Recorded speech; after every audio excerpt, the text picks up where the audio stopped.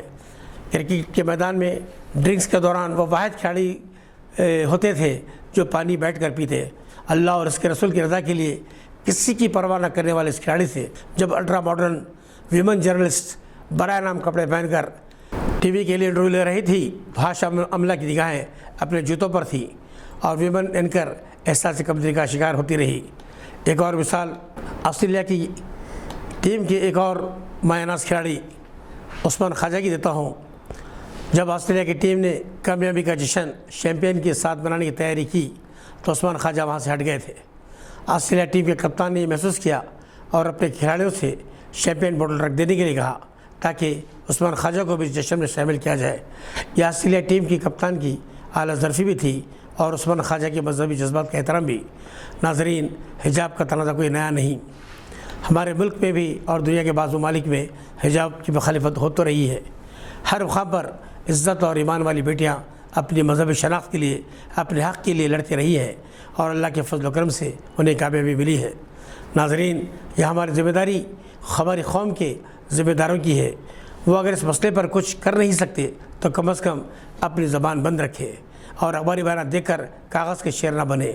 ابھی تک یہی دیکھنے میں آیا ہے کہ بعض اپنے آپ کو دانشور کہنے والے اور سیکولرزم کا ٹیگ لگا کر اقتدار حاصل کرنے والے مسلم لڑکیوں اور خواتین کی مذہبی شناخت کے لیے کی جانے والی جدوجہد کی غیر محسوس طریقے سے مخالفت کرتے ہیں۔ یہ وہ لوگ ہیں جو اپنے معمولی مفادات کے لیے اپنے مذہب کا سودا کر لیتے ہیں، جو اپنے فائدے کے لیے ہر دہلیز پر ماتھا ٹیک دیتے ہیں، اس کے باوجود انہیں اقتدار نہیں ملتا، ہر دہلیز سے ٹھوکر ہی ملتی ہے، نہ وہ ادھر کے ہیں نہ ادھر کے۔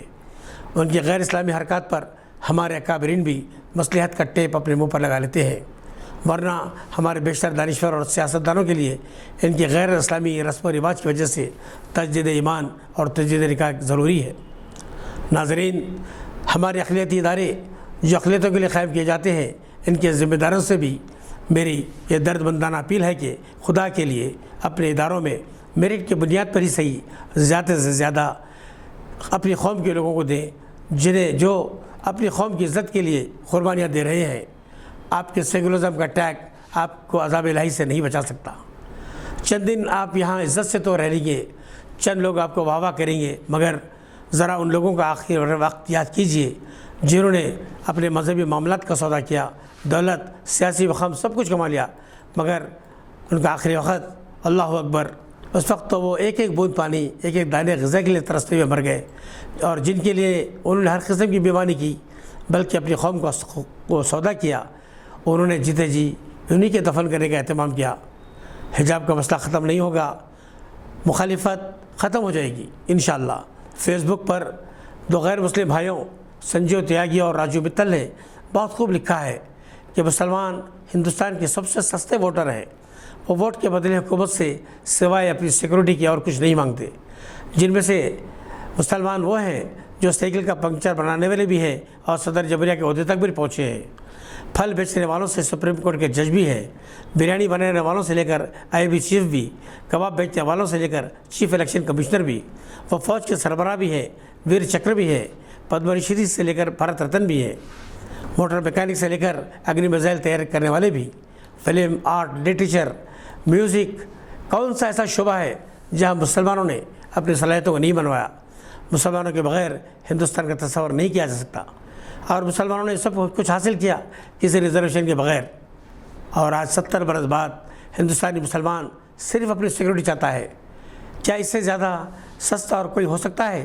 سنجیو نے بڑا اچھا سوال کیا ہے کہ اگر کوئی بار میں عورت ننگا ڈانس کرتی ہے تو کسی کو کوئی پرابلم نہیں، بکنی پہن کر کسی نائٹ کلب میں پول ڈانس کرتی ہے کسی کو شکایت نہیں، کوئی عورت جسم فروشی کرتی ہے کسی رشتے کے بغیر کسی کے بھی ساتھ رہ سکتی ہے تو بھی کسی کو اس کی پر فکر نہیں، اور کوئی مسلم لڑکی اپنے چہرے کو ماسک سے چھپاتی ہے، اپنے بدن کو ڈھکتی ہے تو ساری دنیا کے سینوں پر سانپ کیوں بلکاتے ہیں؟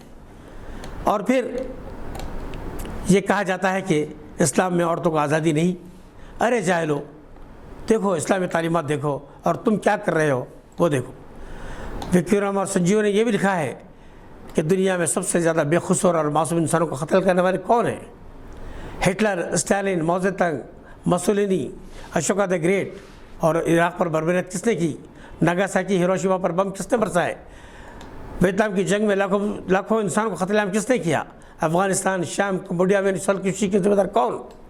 بوسنیا میں کس نے لاکھوں انسانوں کو ذبح کیا؟ یہ کام مسلمانوں نے نہیں کیا، بلکہ ان لوگوں نے کیا جو آج انسانیت کے تحفظ کے لمبردار سمجھے جاتے ہیں، اور پھر بدنام کسے کر رہے ہو؟ مسلمانوں کو۔ ناظرین، آج کے جو حالات ہیں یقین مانیے یہ برے نہیں ہیں، ہم تو اللہ کا شکر ادا کرتے ہیں کہ آج ہم ان حالات سے گزر رہے ہیں، کیونکہ یہ آزمائشی حالات ہیں جہاں ثابت قدمی کے ساتھ ڈٹے رہنا اللہ کے رحمت کے دروازے کھول دیتا ہے۔ یہ وہ حالات ہیں جو ہر نبی کی امت اس سے گزرتے رہی۔ یاد رکھیے، ہم کامیاب ہو کر رہیں گے، ہماری مخالفت کرنے والے ختم ہو جائیں گے، ان کا نام و نشان مٹ جائے گا۔